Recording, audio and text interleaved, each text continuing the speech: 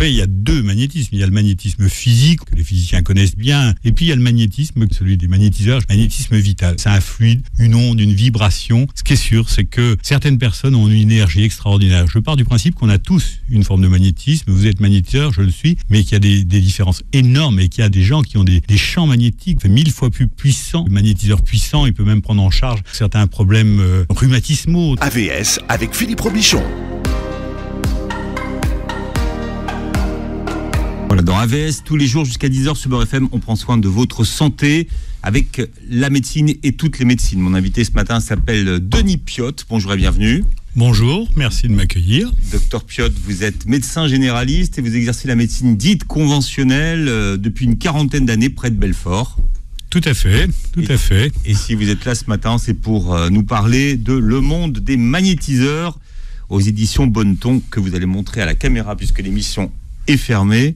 Est filmée. Est-ce que vous m'expliquez comment un médecin généraliste de 64 ans en fin de carrière s'est-il mis à s'intéresser au monde des magnétiseurs, qui est quand même un sujet, en tout cas à problème, au moins controversé? Tout à fait, c'est une question qu'on me pose souvent et effectivement, je me la pose d'ailleurs moi-même. Qu'est-ce que, à 64 ans, alors que j'arrive en fin de parcours, je me suis mis dans l'idée de passer un travail de thèse, une thèse donc sur les magnétiseurs. Parce que ça a commencé par une thèse en fait. Ça a commencé par une thèse, un travail de thèse donc, et de recherche que j'ai présenté en faculté de médecine en juin 2019 précisément. Et là, il y a 3 éléments donc pour cette réponse, enfin pour cette question. La première, c'est un constat sur notre médecine, on pourra y revenir, médecine fantastique, de technologie, mais qui montre ses limites. On l'a vu encore dernièrement. Limite, donc, on a l'impression, ou plutôt la population a l'impression qu'on a réglé et qu'on a tout réglé. On n'a rien réglé. Vous avez remarqué qu'un petit virus avait mis le monde à genoux et que donc les économies s'étaient effondrées, donc on n'a rien réglé. Enfin, on a beaucoup avancé, je le dis toujours. La médecine donc a fait un bond formidable. L'espérance de vie en 1900 était de 45 ans. Elle est de 85 ans actuellement, mais on a une médecine extrêmement donc technologique. Donc en fait, j'y reviendrai. Non, si mais surtout que vous avez une pratique en cabinet de 40 ans. Oui. Donc ça veut dire que j'ai un recul. Voilà, vous avez du recul. Expérience. Et si vous avez de la mémoire, vous vous souvenez de ce qui a changé en 40 ans. Absolument. On peut parler de l'échographie, mais pas que, les scanners, l'IRM, enfin voilà. Je crois que je pourrais multiplier les exemples, donc on fait sur toutes les nouvelles sciences, en génétique, en procréation, en oncologie. La médecine a fait vraiment, et grâce entre autres à l'informatique, bien sûr, un vrai bond en avant, c'est sûr. Mais on pourra y revenir, si vous voulez bien, sur cette médecine extraordinaire. Le second élément, pour ne pas perdre l'auditeur, c'est que j'ai découvert donc que j'avais quelques prédispositions. D'abord, de sourcier, de façon étonnante, en faisant un chemin de Saint-Jacques, un type qui m'a révélé que j'étais sourcier, je ne savais même pas ce que c'était. Effectivement, j'ai découvert. Et vous l'avez cru? Je l'ai cru, c'est surtout que je me suis exercé, que j'ai fait des stages, donc en fin de compte, et c'est marqué dans ma salle d'attente d'ailleurs. Donc si vous avez besoin des services d'un sourcier, adressez-vous au docteur Piot. Alors les gens me disent, vous en connaissez un sur le temps. J'ai dit, oui, mais c'est moi. Et je le fais bien entendu gratuitement, bénévolement, comme tout ce que j'ai fait dans ma vie. Et de sourcier à magnétiseur, il n'y a qu'un pied, il n'y a qu'une main, parce qu'en fin de compte, c'est le même principe, et je pourrais y revenir, c'est cette prédisposition, sans doute liée donc, à un surdosage de cristaux de magnétite qu'on possède tous, parce qu'on a tous un sens magnétique, mais à des degrés donc divers. Et puis, le troisième élément, encore une fois, le constat, la découverte, les circonstances. J'ai eu, après une vie d'engagement, je dois dire assez intense, un petit accident vasculaire, donc en fait en 2018, qui m'a donné envie de poser les valises et surtout donc d'écrire et d'aller à la rencontre de ces passeurs d'énergie, ces magnétiseurs donc que j'avais envie de rencontrer. Voilà. Oui. Et vous expliquez que finalement beaucoup de praticiens de votre génération, vous pensiez que tout ça c'était des sornettes. Alors non seulement je pensais que c'était des sornettes, mais je pensais surtout donc en fait qu'il y avait une véritable opposition à tout ça. Et quand j'ai commencé, puisque j'ai rencontré quand même 150 médecins généralistes de l'aire urbaine dans laquelle je travaille, je me suis dit que j'allais me faire jeter, qu'on allait me dire Piot, occupe-toi de tes affaires, etc. Et pas du tout. Ça a été vraiment une vraie surprise. J'ai été bien accueilli. Et d'ailleurs dans les commentaires, si vous avez pu voir, donc les commentaires que je remets d'ailleurs dans le livre des médecins, il y en a une quarantaine qui ont pris le temps, donc il y a un seul commentaire qui est vraiment, j'allais dire presque agressif, mais sinon donc c'est plutôt bienveillant et encore une fois, beaucoup me disaient mais tu connais des magnétiseurs, alors donne-nous des noms, et puis moi j'ai un fils qui a un psoriasis, et puis moi-même je fais de l'eczéma, tu nous donnes, tu nous laisses pas comme ça. Donc j'ai été ébahi, je dois dire ébahi, donc par la rencontre avec mes confrères. Et là, ce sont des médecins qui vous parlent. Hein. Oui, des médecins. C'est pas des kidams, c'est des médecins qui disent ouais, tu connais un tel pour le pso. Oui, c'est ça. Et je leur redonnais, donc en fin de compte, le nom des magnétiseurs que j'avais rencontrés moi-même. Donc c'est étonnant. Vous en avez sélectionné 25 dans votre zone. Dans l'aire urbaine, voilà. Oui, c'est une aire urbaine, donc autour du Doubs, du territoire de Belfort, de la Haute-Saône, qui représente 300 000. Alors il y a une zone rurale, il y a des zones plus urbaines. Enfin, voilà. D'accord, mais comment on fait pour en sélectionner 25 ? Alors qu'est-ce qu'on fait ? On tape magnétiseur Belfort. Comment ils apparaissent ? Surtout pas. J'ai commencé par mettre une affiche dans ma salle d'attente en disant si vous connaissez des magnétiseurs, ayez la gentillesse de me donner les noms. Et puis c'est arrivé assez rapidement. Je me suis arrêté d'ailleurs à 25, considérant que pour mes statistiques et pour mon enquête, j'allais dire épidémiologique, c'était assez.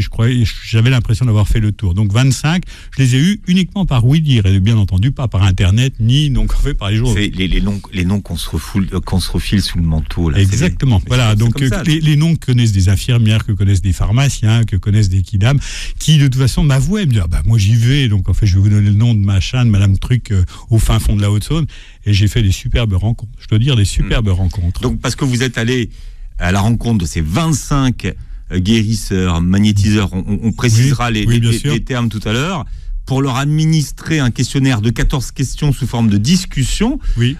Ils sont pas jeunes quand même, hein. Pas beaucoup.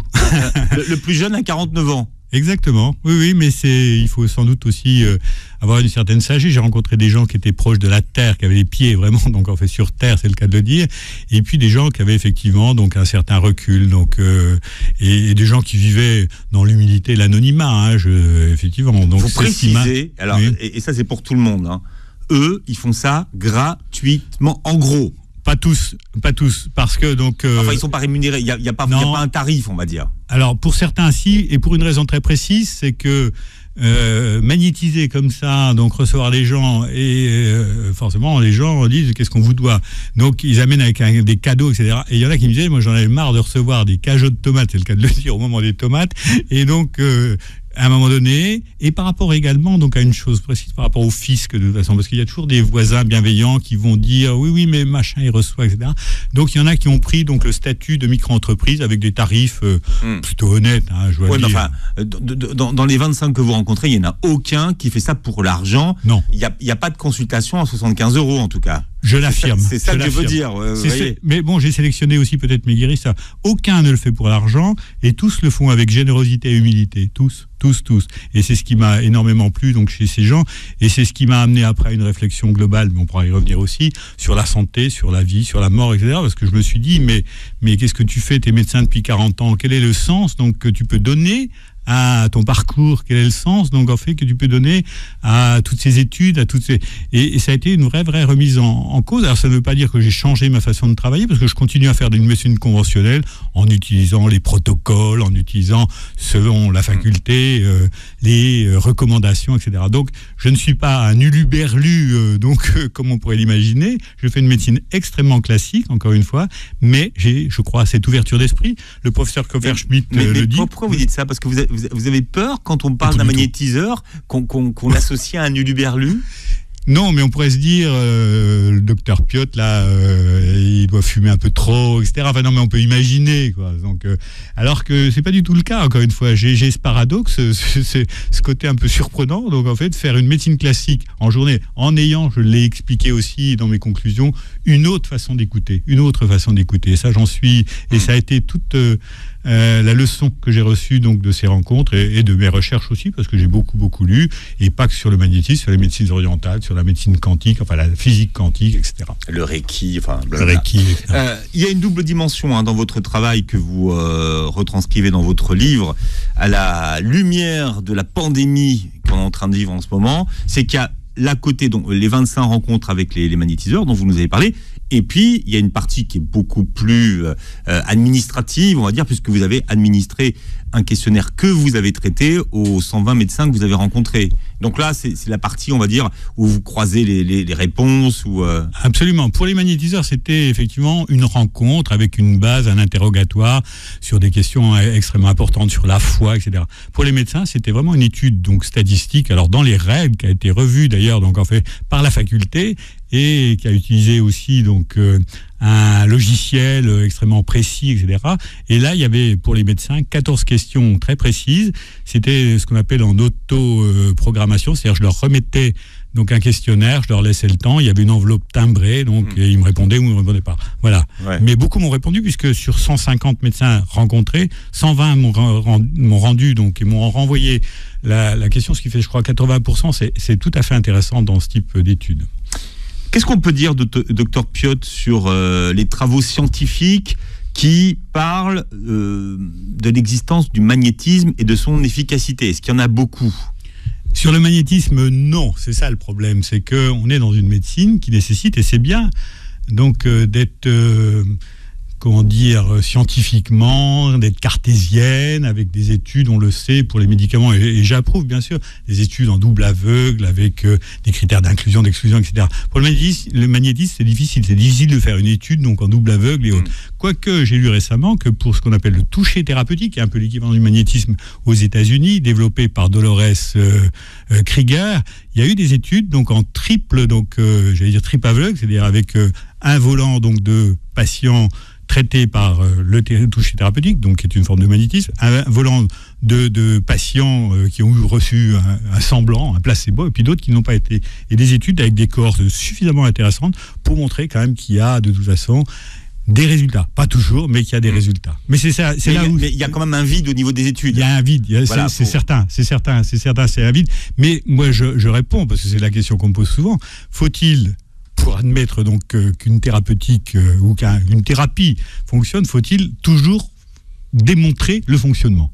Et je vais vous dire une anecdote, j'adore. Comment ça marche et pourquoi ça marche? Je vais vous dire, j'adore cette anecdote. J'ai un ami haut placé, scientifique, etc. Et quand j'ai commencé mes travaux, il m'a dit « Oh, t'es bien gentil, Denis, mais tout ça, c'est bien sympa, mais moi, en gros, je n'y crois pas. » Et puis, cet ami, donc, en fait, s'est chopé un zona ophtalmique. Un zona ophtalmique, ça fait mal.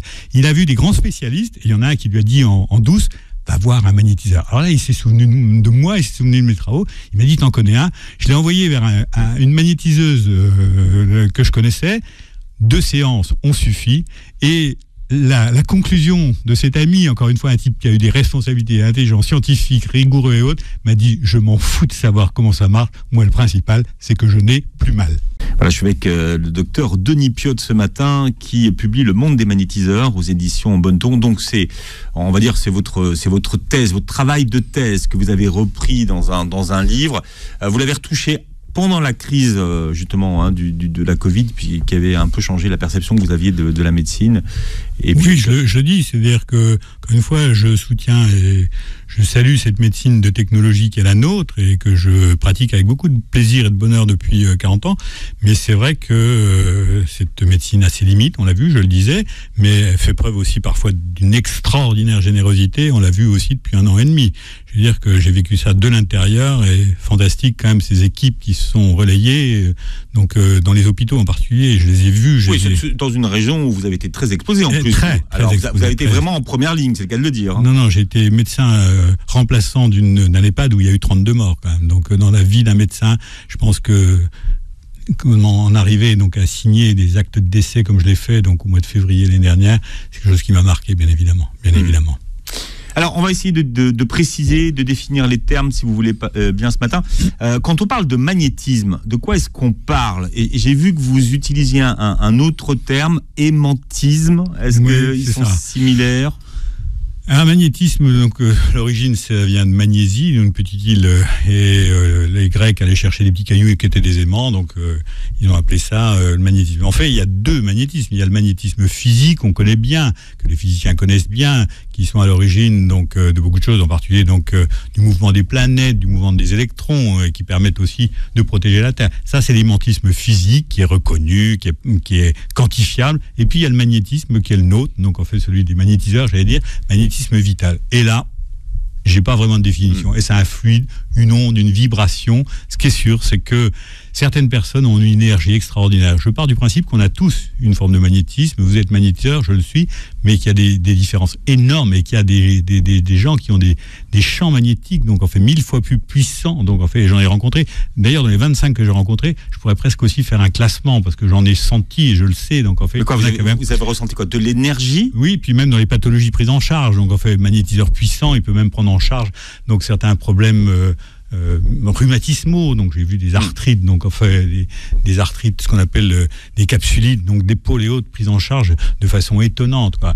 Et puis encore une fois, il y a des puissances, mais le magnétiseur a cette prédisposition, cette énergie, donc en fin de compte difficilement palpable, difficilement mesurable pour l'instant, même si on avance quand même en la matière. Il y a quand même des appareils qui nous permettent de dégager. Et je ferai d'ailleurs donc en fin de compte partie d'une mission donc avec des physiciens qui ont mis au point donc un appareil. Et je repasserai donc qui permet de quoi? De mesurer l'énergie, le champ magnétique, le champ biomagnétique et autres. Donc on va faire des progrès, c'est sûr. De toute façon, la science n'a pas de vérité pour l'instant, on le sait. La science a ses limites aussi. Donc en fin de compte, les vérités d'aujourd'hui étaient peut-être les erreurs de demain, mais peut-être que les vérités. On est plutôt bon sur les champs magnétiques. Bon, oui, mais encore une fois, il n'y a pas vraiment. Alors, si, il y a des appareils comme par exemple le SQUID, c'est un acronyme supraconducteur, etc., qui nous permet donc effectivement de mesurer, etc.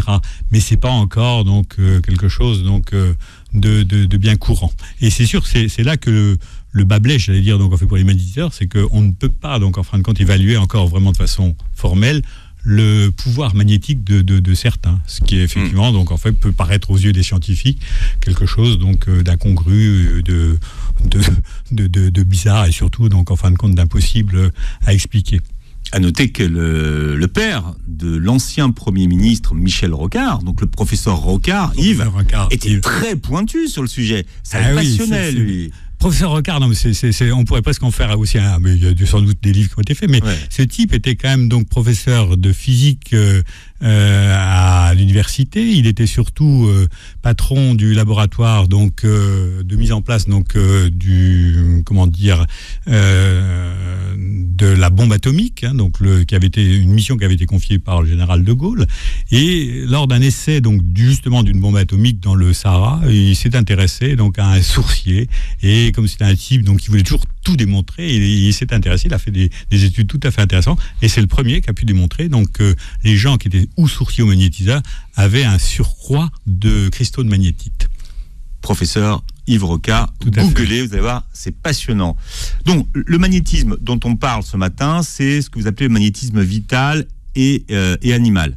Et animal. Après, alors on confond un peu tout. En tout cas, on utilise peut-être des mots pour des autres. On parle beaucoup de guérisseurs. Donc, les guérisseurs, vous les mettez dans cette famille. Guérisseur, c'est un nom générique. Et en plus, je vais vous dire, les magnétiseurs que j'ai rencontrés n'aiment pas trop le mot guérisseur, parce que c'est quand même laisser souvent un grand espoir, donc qui ne correspond à rien de toute façon. Donc, guérisseur, c'est un nom générique.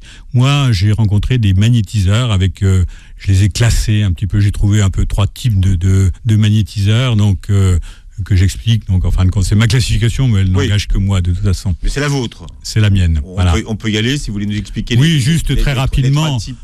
En 3 types. Donc en fait, alors vous avez donc les penseurs de secrets, les leveurs de mots, et qui sont ces magnétiseurs donc en fait qui donnent une vision bien entendu spirituelle, et qui ont la foi et qui considèrent que ce don leur a été donné donc par Dieu, et qui se doivent donc en fin de compte. Et alors il y a tout c'est ceux qui ont le plus attiré et pour lesquels on a le plus écrit de livres, parce que c'est quand même toujours très secret, avec des formules, avec des prières, avec l'utilisation éventuellement de chapelets, etc. Et ce sont des dons qui se transmettent donc parce que lorsqu'on vieillit, il faut transmettre, etc. C'est important ça, le don. Oui, le don. Parce que les magnétiseurs ont un don. Oui, ils ont un don pour moi, oui, ils ont un don, mais ça ne suffit pas. Ça ne suffit pas.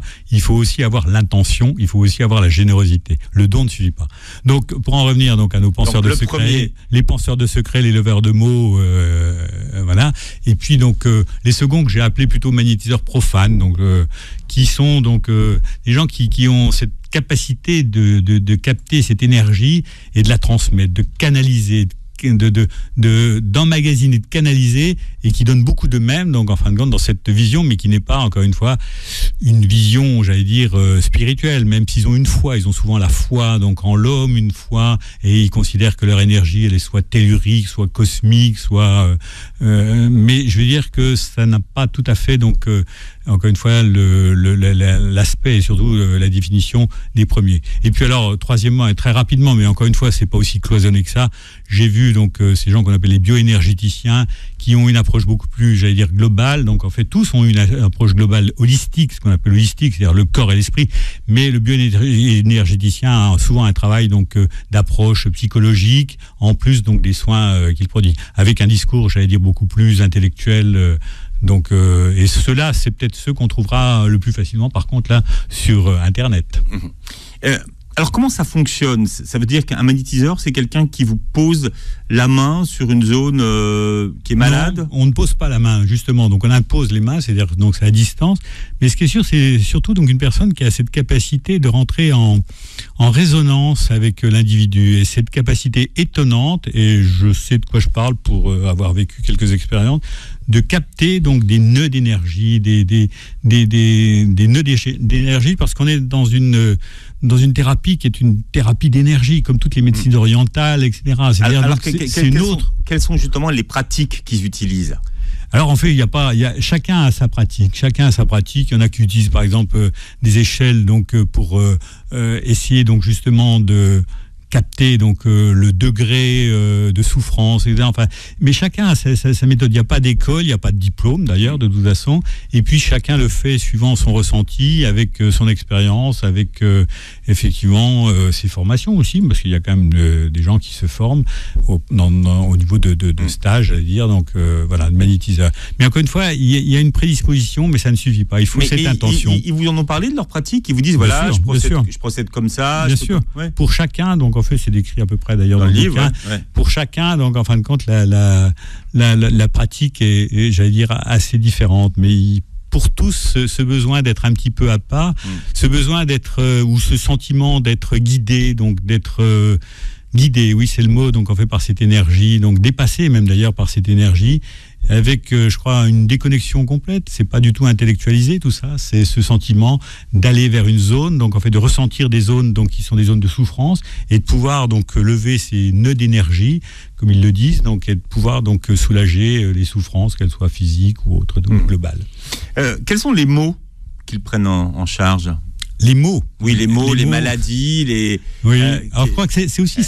Quel est on va dire, leur terrain de compétence, leur champ de compétence ? En fait, c'est aussi propre à chacun, mais globalement, bien sûr, tout ce qui touche à la peau, aux brûlures, tout ce qui touche donc aux eczémas, etc.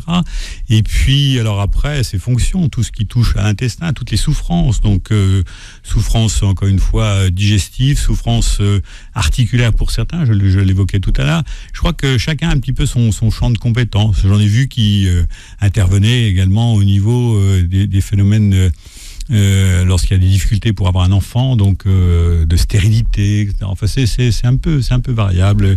Et dans le cas, par exemple, des barreurs de feu ou leveurs de mots ou penseurs de secrets, ils s'attaquent surtout donc en fait aux brûlures, bien évidemment. Donc aux brûlures, tout ce qui est brûlure, ça c'est quelque chose d'étonnant. Alors justement, ces fameux barreurs de feu, aujourd'hui, ils ont pignon sur rue dans les hôpitaux. Dans les hôpitaux, oui. Et en fin de compte, je veux dire que des hôpitaux s'ouvrent, ça dépend complètement du chef de service, et c'est vrai qu'il y a des services d'urgence qui font appel de façon tout à fait, bien sûr, informelle, j'allais dire, donc à des barreurs de feu. C'est souvent les infirmières qui font appel aussi, donc en accord quand même avec le chef de service. Et puis dans certains services de brûlologie, donc en fait, services qui font appel parce qu'il y a des témoignages de médecins spécialistes donc des brûlures, comme à Lyon, et qui le disent. C'est étonnant, c'est-à-dire que donc pour soulager rapidement, etc. Il y a des interventions de barreurs de feu qui amènent des résultats étonnants, Je dis étonnant et je le dis toujours. J'ai vu chez certains des magnétiseurs que j'ai rencontrés, ou guérisseurs, ou barreurs de feu, ils avaient mis donc des cahiers, donc un petit peu pour permettre aux gens, donc livre d'or, je dirais. Donc en fin de compte, et j'ai vu des choses étonnantes. J'en ai pris en photo d'ailleurs. Et le mot miracle qui apparaît. Je le dis toujours, si moi j'avais ouvert un livre d'or il y a 40 ans, j'aurais quoi, des récriminations. Vous m'avez donné du générique, vous m'avez pas demandé le scanner, etc. Ce serait ça mon livre d'or. Mais là j'ai vu des livres d'or à faire pâlir, donc en fait le moindre. On peut avoir des exemples de gens, donc en fait oui, j'ai même vu des exemples avec des photos, donc en fin de compte étonnantes, d'ailleurs chez les animaux aussi, et des témoignages sur tout patient, parce que là j'ai interrogé les magnétiseurs, j'ai interrogé les médecins. Ce qui aurait été intéressant, c'est d'avoir donc le sentiment aussi de la population, et là j'en ai eu de façon informelle, dès lors que les gens savaient que je m'intéressais au sujet, les langues se déliaient. Est-ce qu'on sait pourquoi les gens vont consulter un magnétiseur? Il y a cette idée parfois que quand tout est perdu, qu'on a tout essayé, on va aussi voir les magnétiseurs. Absolument. De toute façon, la maladie est une zone, est un moment d'incertitude pour tout le monde, y compris pour les médecins. Parce que ce qui est étonnant, c'est que chez les magnétiseurs que j'ai rencontrés, tous avaient des médecins, tous. Donc, en fait, des médecins, des infirmières, des kinés, etc. Et je voyais une étude récemment en Suisse, donc qui est vraiment très ouverte, la Suisse, à tout ce qui est magnétisme. Ils ont fait une étude donc, en retrouvant 49 médecins oncologues qui avaient eux-mêmes eu des cancers, enfin, 50 médecins oncologues. Étude alors scientifique, très rigoureuse, etc. Et ils ont posé la question à ces 50 médecins oncologues, encore une fois, qui ont eu un cancer, combien avaient fréquenté les magnétiseurs?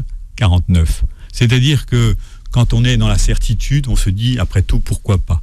Il y a bien d'autres explications. Je crois que je l'ai expliqué, une médecine scientifique comme la nôtre, et peut-être aussi, c'est aussi le pendant de la chose, en train de un petit peu de se déshumaniser, à force de se spécialiser. Donc, en fin de compte, on s'éloigne de l'individu dans sa globalité. On n'est plus dans la médecine holistique. On n'a plus une médecine spirituelle, on a une médecine technique qui est bien, d'ailleurs. Encore une fois, je travaille avec des médecins spécialistes, cardiologues et autres. C'est très bien. Si j'ai un problème de trouble du rythme, j'irai voir un rythmologue cardiologue parce que ce sont des gens qui sont hyper spécialisés. Mais le pendant de la chose, c'est qu'on s'éloigne de l'individu dans sa globalité. À noter que les 25 magnétiseurs que vous rencontrez pour votre enquête, aucun d'entre eux ne demande à celui qui vient de le voir d'arrêter son traitement s'il en a un. C'est fondamental.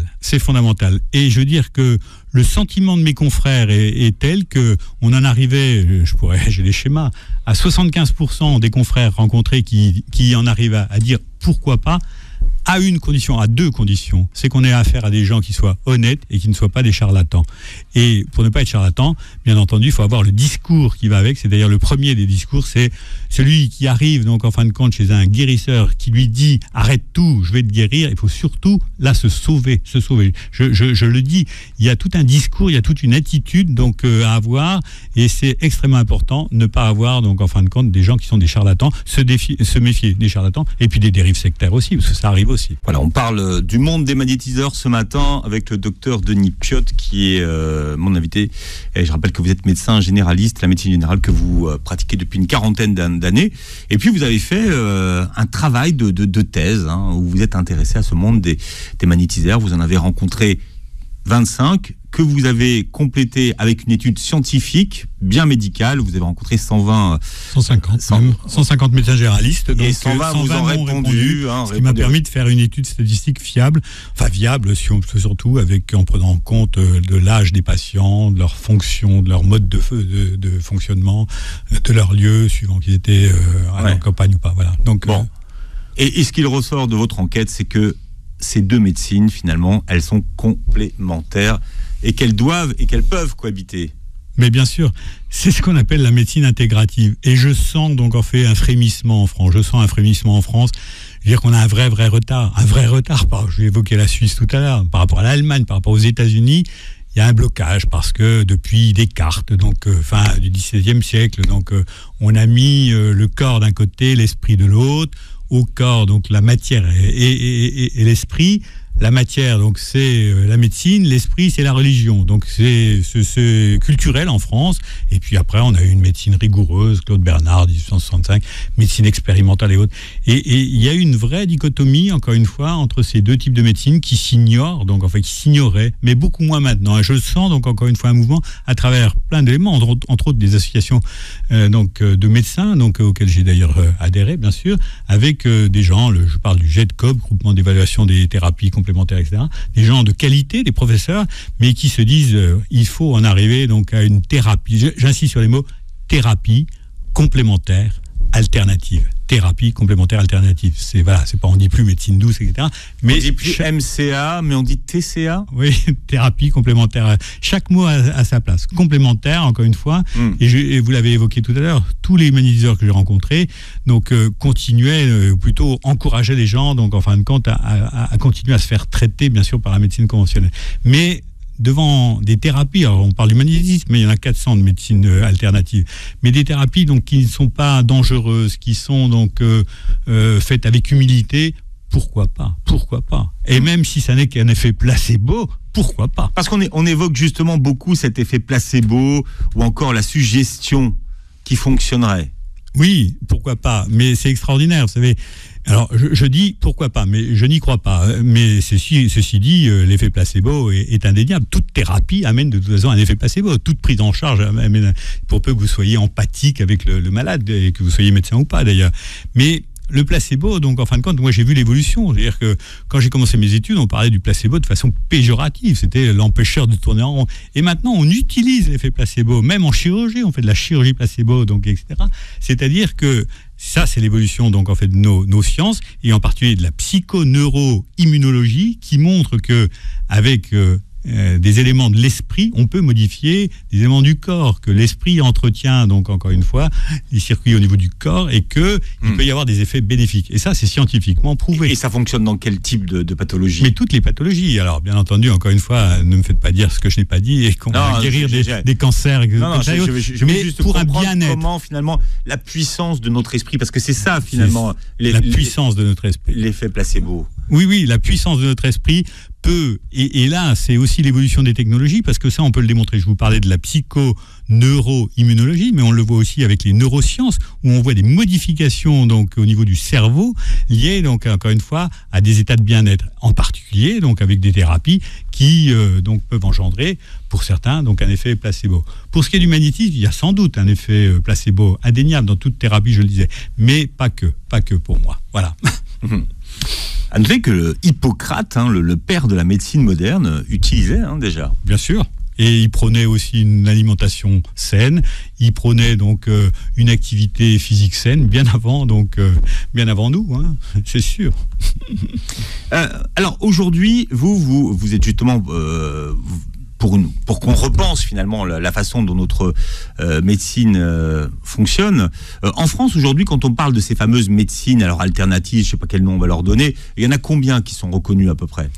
Alors officiellement au Conseil de l'Ordre, il y en a 4. Il y a l'acupuncture, l'homéopathie, la mésothérapie et puis je crois l'ostéopathie. 4 seulement, mais il y en a bien d'autres, puisque encore une fois, il y en a 400. Mais si vous prenez donc en fin de compte toutes les médecines, les thérapies orientales, donc en fin de compte, je veux dire qu'il y en a bon nombre, et je veux dire celles-ci ont fait preuve donc en fin de compte de leur efficacité depuis 4000 ans, basée donc encore une fois sur cette vision toujours holistique du corps et d'esprit, fondamentale. C'est-à-dire le corps donc en fait nourrit l'esprit nourrit le corps, et tout est lié. Et je veux dire que quand on est formé comme médecin, comme je l'ai été, bien formé, je dois le dire, mais on a une vision donc en fait qui est basée, qui est centrée sur la maladie, sur les organes, et pas assez donc en fin de compte sur l'individu de sa globalité. Je parlais de la perte de spiritualité de notre médecine. Encore une fois, on est formé, on est formaté même, donc encore une fois, mais bien, parce que je veux dire encore une fois, je ne critique pas notre médecine, mais pour moi c'est insuffisant, et il y a sans doute, et pour des tas de raisons donc en fait que je pourrais évoquer, ce besoin donc encore une fois, alors que notre médecine évolue de façon technologique, pourquoi les salons de bien-être donc en fin de compte remportent des succès étonnants, donc font le plein, etc. C'est qu'il y a vraiment donc un besoin d'autre chose. On sent que la demande est importante. Quel est le statut des guérisseurs en France ? Mais le statut des magnétiseurs, ceux que j'ai rencontrés, encore une fois, le faisaient de façon magnétiseur. Il n'y a pas un risque d'exercice illégal de la médecine? C'est plus vrai maintenant, c'était vrai. Donc du temps. Oui, non, mais c'est sûr. Mais le Conseil de l'Ordre est revenu en arrière parce que du temps des grands guérisseurs, je pense à Serge Alalouf, qui est mort en 1982. Juste pour l'anecdote, quand il est mort, il y avait les enfants ont retrouvé 300 000 lettres de reconnaissance. Et lui, il a souvent été traîné devant les tribunaux, mais plus il était traîné, et plus on faisait de la publicité. Mais maintenant, je veux dire que tout ça, c'est un peu dépassé. Il y a plus de risque. Si on regarde tout ce qui est bioénergéticien, tout ce qui est thérapeute, etc., je crois que si le Conseil de l'Ordre commençait donc effectivement à poursuivre chacun, là, on ne s'en sortirait pas, et ce serait sans doute effectivement contre-productif. Vous avez une idée du nombre qu'ils sont en France ?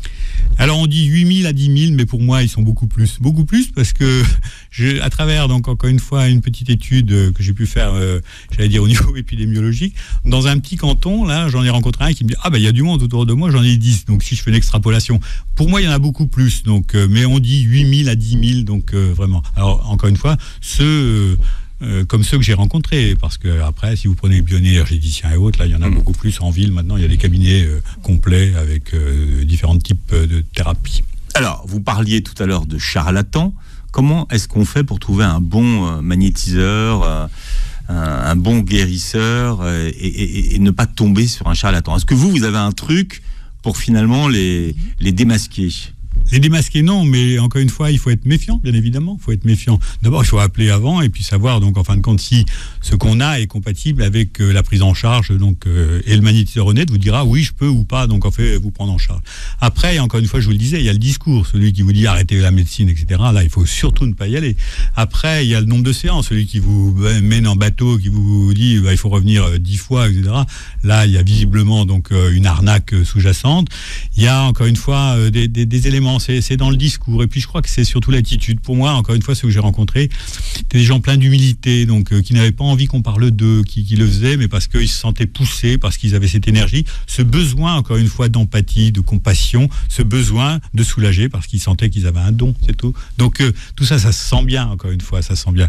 Si d'emblée, on vous demande, donc, en fait, 70 € ou autre, etc., je pense qu'il faut aussi se méfier, donc, encore une fois. Celui qui envoie 30 par jour ou 15 par jour, il faut se méfier aussi parce que magnétiser, ça fatigue. Ça fatigue énormément. On peut pas c'est ce qu'ils vous disent, les 25 que vous avez rencontrés. Oui. Finalement, magnétiser, ça vous vide. Ça vous vide. Et j'ai une petite expérience, je le sais. Donc, en fin de compte, c'est quelque chose d'extrêmement épuisant. Et il faut savoir se ressourcer. Il faut se recharger. Ouais. Et on ne peut pas faire à la queue leu comme ça. Donc, 15-20 personnes, c'est pas possible. Donc, c'est pas possible. Ou alors, les grands magnétiseurs, ceux que j'évoquais, qui envoyaient, donc, en fait, par bus, genre Serge Alalouf, ou bien, Noailles, donc Jean-Louis Noailles, donc, en fait, qui était le magnétiseur de Charles de Gaulle, quand même. Alors, ça, c'est quelque chose qui m'a estomaqué, donc je raconte toujours quand je fais une conférence, mais pour moi De Gaulle c'est la rigueur, etc. Et de savoir, on m'aurait dit Mitterrand, j'aurais dit certes c'est normal. Enfin Mitterrand il a vu du monde. Oui, il a vu du monde. Oui, mais je veux dire il était très ouvert. En médecine alternative il a vu beaucoup de monde. Oui, il croyait, il l'a dit dans sa dernière intervention, à la puissance de l'esprit, il l'a dit, donc en fin de compte magnifique discours. Mais De Gaulle pour moi, la rigueur, l'homme, le général, donc en fin de compte qui avait son magnétiseur, j'étais sidéré. Et son histoire c'est que c'est à Colombey, durant sa traversée du désert, il a eu des problèmes de prostate, ça c'était officiel, il a été opéré, etc. Il avait sans doute un phénomène de prostatisme et on lui a fait venir le magnétiseur, donc en fait local, etc., qui l'a soulagé. Et De Gaulle on a eu vraiment besoin, même lorsqu'il est allé à l'Élysée, donc en fin de compte, avant de revenir donc à l'Élysée en 59, Jean-Louis Noailles lui dit mon général c'est fini pour nous, et l'autre qui se fâche, qui dit mais vous n'y pensez pas, Jean-Louis Noailles. Donc, et il a fait en sorte de le faire venir une fois par semaine, ça c'est officiel, c'est l'histoire. Une fois par semaine à l'Élysée, on allait chercher le magnétiseur de Gaulle. Mais qu'un homme aussi rigoureux, donc en fin de compte, pour moi c'était ça De Gaulle, puisse avoir besoin donc de thérapie alternative et de son magnétiseur, c'est quelque chose qui m'a sidéré. Alors vous dites que les magnétiseurs ne font pas et ne posent pas de diagnostic. Exactement. Et finalement quel rapport ils ont avec la guérison? Ils la revendiquent? Comment ils la nomment? Non, ils ne revendiquent pas. Je veux dire, d'abord, ils n'ont pas d'obligation de résultat et autres, et je veux dire qu'ils le font, je vous le disais, avec générosité, et ça passe pas. Donc, il n'y a pas d'obligation. D'ailleurs, on n'attend pas non plus forcément plus d'un guérisseur que d'un médecin en termes de résultats. Ça, c'est aussi un élément. On y va, on se dit bon, si ça marche, ça marche. Si ça marche pas, ça marche pas. Mais non. Alors, c'est sûr que de toute façon, arriver donc à faire des petits miracles, comme je vous l'ai dit, c'est quelque chose qui est glorifiant. Donc, en fin de compte, je le sais. Donc, en fait, personnellement, je l'ai vu. C'est quelque chose. Il faut garder la tête froide. Il faut garder l'humilité. Et ça n'est pas facile. Ça n'est pas facile de ne pas prendre, comme on appelle au foot, la grosse tête. Mais Jean-Louis Denis Piotte, vous avez des magnétiseurs que vous avez rencontrés qui vous ont impressionné?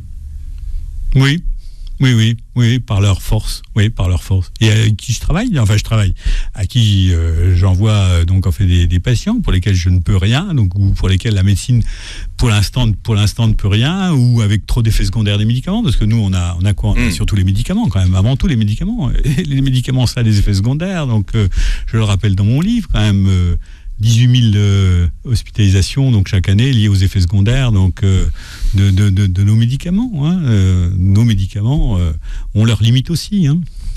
Denis Piotte, vous publiez donc Le Monde des magnétiseurs aux éditions Christine Bonneton. Merci de vous être déplacé pour venir jusqu'à nous ce matin. C'est moi qui vous remercie. Je l'ai fait avec un grand plaisir. C'était un plaisir de vous rencontrer. On réécoute l'émission en podcast sur beurrefm.net et puis vous pourrez voir la vidéo, la captation de cette émission sur la chaîne YouTube. Passez une très très belle journée santé sur Beurre FM.